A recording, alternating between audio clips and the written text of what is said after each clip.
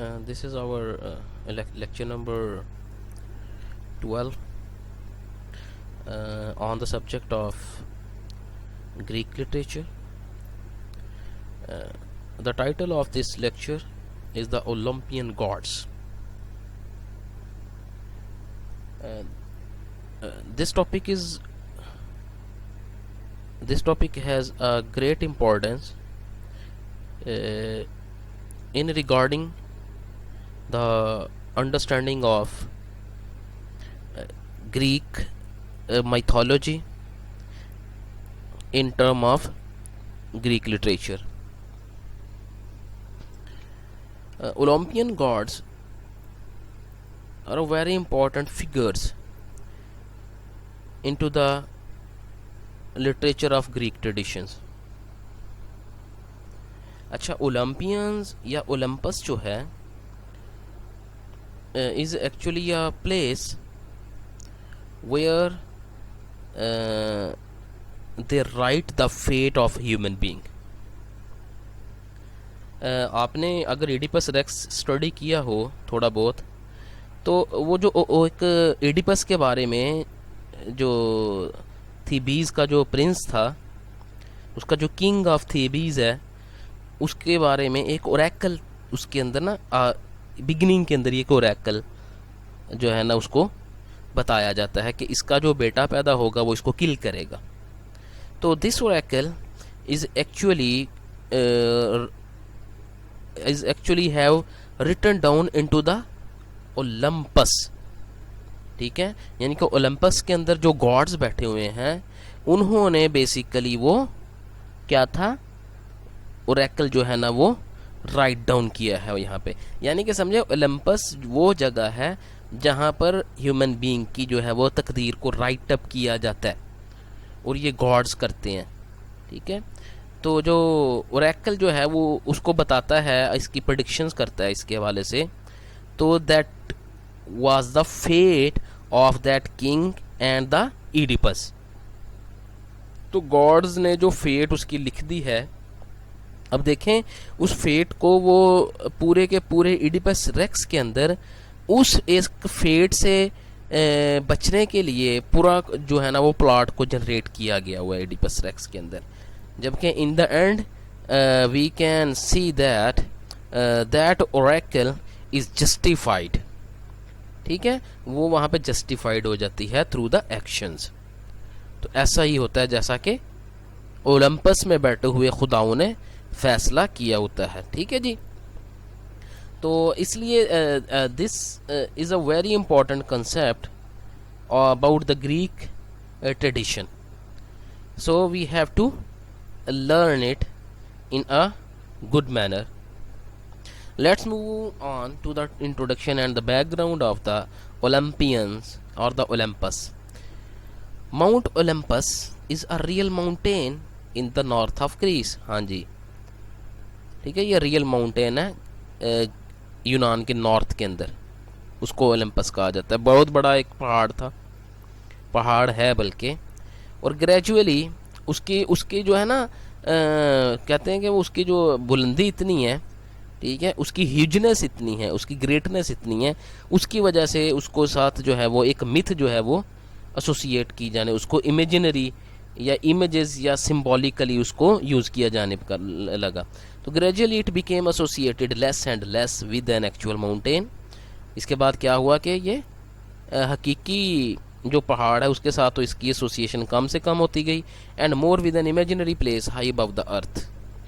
और एक ऐसी इमेजिनरी प्लेस के बारे में इसकी एसोसिएशन ज़्यादा हुई जो कि ज़मीन से बहुत ज़्यादा ऊंचाई पर है. ठीक है, gate to Olympus was made up of clouds and guarded by 4 goddesses the seasons. अच्छा जी, जो उसका गेट है ना ओलंपस का, वो बनाया गया था जिस किसके साथ, क्लाउड्स का बना हुआ है वो. ठीक है, बादलों का बना हुआ है वो. एंड गार्डेड बाय 4 गोडेसेस, और उसकी जो है वो चौकीदारी वो 4 देवियां कर रही हैं. उन देवियों को क्या कहते हैं, सीजन्स. ठीक है, वो सीजन्स उनका नाम है. ठीक है, हो सकता है 4 सीजन्स जो है वो इसी से बना हुआ, वो इस मिथ से बना हुआ हो, ठीक है, यकीनन यही होगा। तो उसकी वो उसकी उसको वो सिक्योर कर रही हैं देवियाँ चार। ईच गॉड हैज़ हर और हिज ऑन ड्वेलिंग प्लेस। अच्छा जी, ओलंपस के अंदर हर खुदा की अपनी एक जगह है, यानी कि समझ लें कि ओलंपस जो है ना वो एक बेसिक होम बेस है, एक बेस है। जैसे एक जो है ना अगर जेट फाइटर की बेस देखी हो आपने, तो वहाँ पर वो जेट फाइटर जैसे अपनी एक एक सेपरेट प्लेस के अंदर सेपरेट बूथ के ऊपर स्टैंड बाय होते हैं ना, लेकिन वो दौड़ते एक ही रनवे के ऊपर ही हैं, ठीक है। वो प्लेस एक ही है जहाँ पे हो सकता है कि 50 jet fighter in one time जो है ना वो वहाँ पे प्लेस हो सकें, वहाँ पे स्टैंड बाय हो सकें। इसी तरह ही यहाँ पे भी हर जो गॉड है उसकी अब अपनी प्लेस है, लेकिन उसका होम बेस क्या है, वो ओलंपस है। 14 gods commonly considered Olympian gods. अमूमी तौर पर 14 जो है ना खुदाओं को, 14 खुदाओं को कंसिडर किया जाता है Olympian gods. 7 of them were Zeus and his siblings. इनमें से जो 7 हैं वो ज़ियूस की जो हैं वो ज़ियूस है और उसके साथ सिबलिंग्स हैं, ठीक है, यानी कि उसके बहन भाई ज़ियूस के। एंड 7 चिल्ड्रन ऑफ ज़ियूस, और इनमें से 7 जो हैं वो ज़ियूस के बच्चे हैं। Sometimes 12 will be listed. कुछ लोग जो हैं वो 12 खुदाओं को जो है ना वो लिस्ट आउट करते हैं। Olympian gods and goddesses looked like man and women. मर्दों और औरतों की तरह दिखाई देते हैं वो Olympian gods, but they could change themselves into animals and other things. लेकिन वो अपने आप को मुख्तलिफ जानवरों की सूरत में भी तब्दील कर सकते हैं और दूसरी अशिया के अंदर भी वो अपने आप को चेंज कर सकते हैं। इसीलिए वो क्या करते हैं, ह्यूमन लाइफ के अंदर जो है वो इंटरप्ट करते हैं यहाँ के डिफरेंट वे से, ठीक है, क्योंकि उनके पास एबिलिटी है, they have the ability to change themselves into animals and other things so that they ruled every aspect of human life. ये देखा ना कि हर पहलू जो है इंसान की ज़िंदगी का, उसके ऊपर वो क्या करते हैं, हुक्मरानी करते हैं, ठीक है। What are the different names of Olympian gods and what are the works and the duties of that gods? Here is the list of that gods. जी यहाँ पे मैंने एक ब्रैकेट के अंदर भी एक नाम लिखा हुआ है हर जो है ना गॉड और गोडेसिस के सामने। जो ब्रैकेट से बाहर वाला नेम है ये तो ग्रीक नेम है। अब ये जो जितने भी ग्रीक माइथोलॉजी थी आपको पता है कि ये बोरोड हुई है रोमन लिटरेचर में भी ना, रोमन कल्चर में भी, लेकिन डिफरेंट नेम्स के साथ। इसलिए जो नेम रोमन के अंदर है ना, क्योंकि आपको ये डिफरेंट वे से नेम मिलेंगे। अगर आप English literature, modern English literature पढ़ेंगे तो वहाँ पे ये आपको नेम जो है ना वो फाइंड आउट हो सकते हैं। किसी जगह पे ग्रीक के अंदर इस्तेमाल किया जाएगा, किसी जगह पे रोमन ट्रेडिशन के अंदर यूज़ किया जाएगा। इसलिए मैंने दोनों नेम जो हैं वो यहाँ पे आपको प्रोवाइड किए हैं ताकि आप इसको अच्छे तरीके से जान सकें। The first is the Zeus and Roman के अंदर वो क्या है, Jupiter. It is a king of all gods, ठीक है, तमाम खुदाओं का ये किंग है ज़ियूस। गॉड ऑफ वेदर है, गॉड ऑफ लॉ है एंड गॉड ऑफ फेट है। हेरा, यूनो, रोमन के अंदर इसका नाम क्या है, Juno. It is a queen of all gods and गोडेसेस।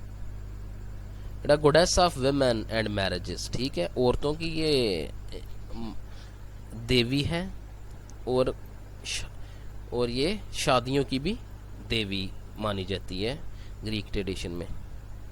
Aphrodite, Aphrodite Venus, गोडेस of beauty and love. Apollo, Apollo is Apollo, God of prophecy, music, poetry and knowledge. ये 4 चीज़ों का खुदा है, प्रोफेसी का है, म्यूजिक का, पोइट्री और नॉलेज, ठीक है जी, Apollo.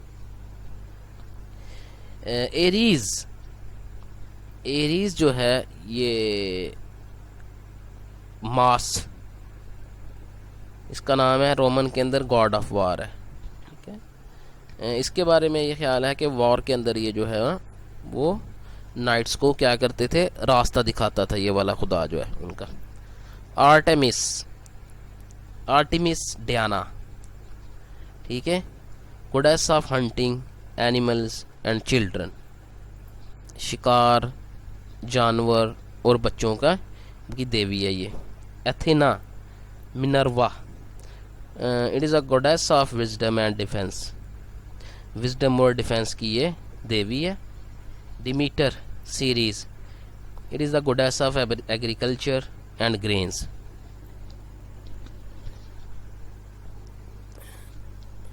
डायनसस, Bacchus, god of wine, player and festivity, ठीक है जी। Hephaestus, Vulcan, god fire, god of fire है, मेटल वर्किंग है एंड स्कल्पचर, आग का खुदा है, लोहे पे ऊपर को पिघलाने में ये मदद करता है, ठीक है। डिफरेंट जो है ना लोहे की अशिया को बनाने में ये इंसानों का हेल्प आउट करता है। हरमीज़, मरकरी, ये गॉड ऑफ ट्रैवल है, हॉस्पिटैलिटी है, ट्रेड और ज़्यूस का पर्सनल मैसेंजर भी है ये जी, Hermes.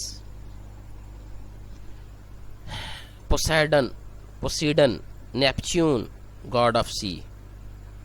Hades, Pluto, god of underworld. God of underworld का मतलब ये नहीं है कि ये जुर्म की दुनिया का खुदा है, बल्कि ये है कि जो लोग मर जाते हैं, जो अंडर अर्थ चले जाते हैं, वहाँ पे एक दुनिया आबाद है आफ्टर डेथ, ठीक है। ये उस का गॉड है ये हेडीज, ठीक है। हैशिया वेस्टा, इसको रोमन के अंदर goddess of home and family. So these are the 14 gods which are called Olympian gods and they have a great importance into the Greek literature. Themes, there are so many different themes in the Greek mythology, but some are the common you can find in every work of Greek mythology, ठीक है। उसके अंदर सबसे पहला जो theme होगा Greek mythology के अंदर हीरोइज्म का, ठीक है। यानी कि प्लॉट जो है वहाँ पे ऐसा होता है, जैसे इडिपस जो है ना, इडिपस को ही आप अगर कंसिडर करें, उसको एग्जाम्पलीफाई करें, तो वहाँ पे हीरोइज्म का थीम बड़ा स्ट्रांगली पुट आउट है, बड़ा स्ट्रांगली पुट किया गया है उसको वहाँ पे, वो इस तरह से कि वो डिफरेंट तरीके से प्लॉट जो है वो प्रोग्रेस के अंदर जाता है, तो वो उसकी हीरोइज्म जो है वो जस्टिफाई होना शुरू हो जाता है along with the progression of plot, ठीक है जी। जेनरासिटी का थीम है, ये भी एक कॉमन थीम है ग्रीक माइथोलॉजी के अंदर। Faith is a very important theme, ठीक है जी। फेथ भी बहुत ज़्यादा इंपॉर्टेंट थीम है। जैसे कि आपने देखा होगा ओरेकल जो है उसकी जो प्रेडिक्शन है उसके ऊपर फर्म जो है ना बिलीव और फेथ उसका हो जाता है, वो अपने पैदा होने वाले बच्चे को भी ख़त्म करवाने से नहीं कतराता, ठीक है। और उसके अंदर ये उसके लास्ट तक ये फेथ के ऊपर वो इस बिलीव पे वो लिव करता है कि उसको उसने अपने इंटरप्शन के ज़रिए